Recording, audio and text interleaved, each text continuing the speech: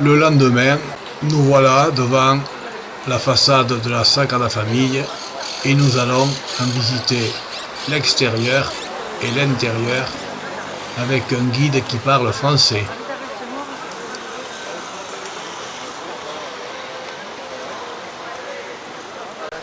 La Sagrada Famille, la Sainte Famille, est le monument le plus célèbre de Gaudí et le plus représentatif de son génie visionnaire.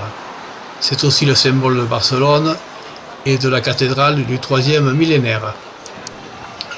Le temple expiatoire de la Sagrada Famille a été commencé l'année 1882 par l'architecte Francesc de Paula del Villar y Lozano. Suite à des divergences avec les promoteurs, il a abandonné la direction de l'œuvre, laissant à peine commencer la crypte. En 1883, Gaudí prend la direction des œuvres et il va ensuite consacrer toute sa vie à la réalisation de ce document qu'il laisse inachevé en 1926, date de sa mort. La cathédrale est la synthèse de tout son savoir architectural, avec un ensemble de symboles sur les mystères de la foi. Extraordinaire façade représentant la naissance, la mort et la résurrection du Christ. Les 18 tours évoquent les 12 apôtres, les 4 évangélistes, la Vierge Marie et le Christ. L'immense flèche de 170 mètres de haut incarnera le Christ. Interrompue en 1936, où la crypte et l'atelier de Gaudí sont incendiés, la construction reprend en 1952 d'après les plans et maquettes existantes. La Sagrada Famille devrait pouvoir accueillir plus de 13 000 personnes et les tribunes, sur les bas-côtés, un chœur de 1500 personnes. L'ensemble de l'édifice est une allégorie de la religion chrétienne. Il est extrêmement difficile de fournir un programme pour l'avenir. La complexité et l'importance du projet rendent pratiquement impossible de dater le temps nécessaire pour construire les 10 tours restantes. Mais cependant, on pense que pour le 100e anniversaire de la mort de Gaudí, c'est-à-dire en 2026, la Sagrada Famille sera certainement terminée.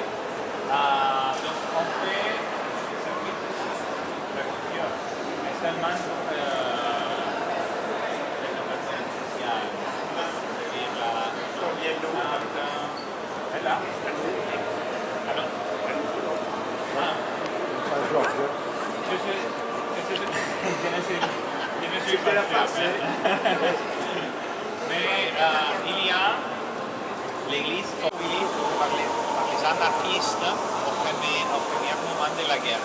Okay? Donc les maquettes n'étaient pas écrites parce que les maquettes sont des maquettes en plâtre. Les plâtres, ça peut...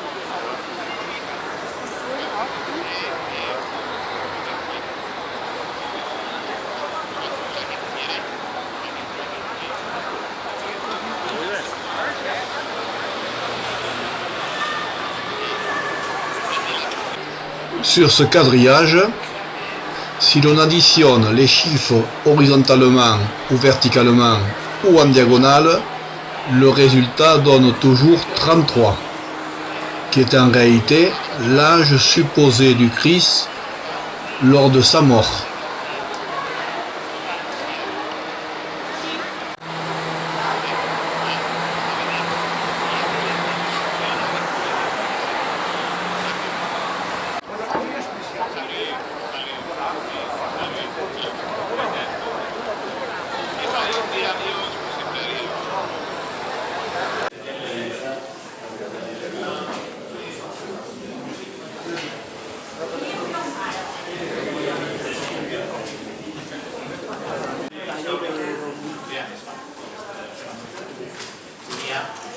La construction de la site avec plus ou moins les projets de Francisco de Paula et Gaudí a continué le projet et là.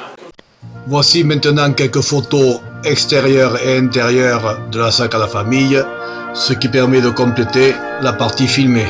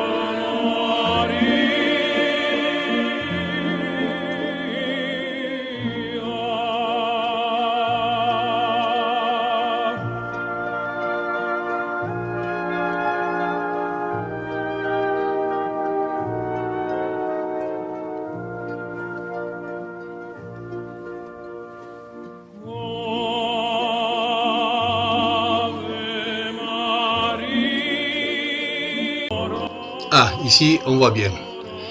Donc comme on a dit précédemment, si on additionne les chiffres à l'horizontale, ou à la verticale, ou en diagonale, on obtient toujours le nombre 33, qui est, comme on l'a dit, l'âge du Christ lors de sa mort.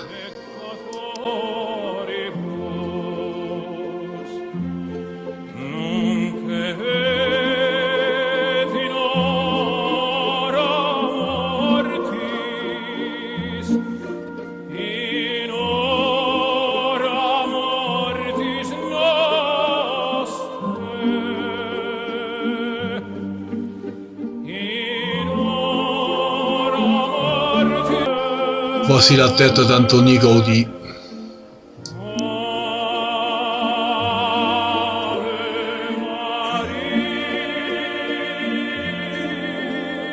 Portrait de Gaudí sur son lit de mort.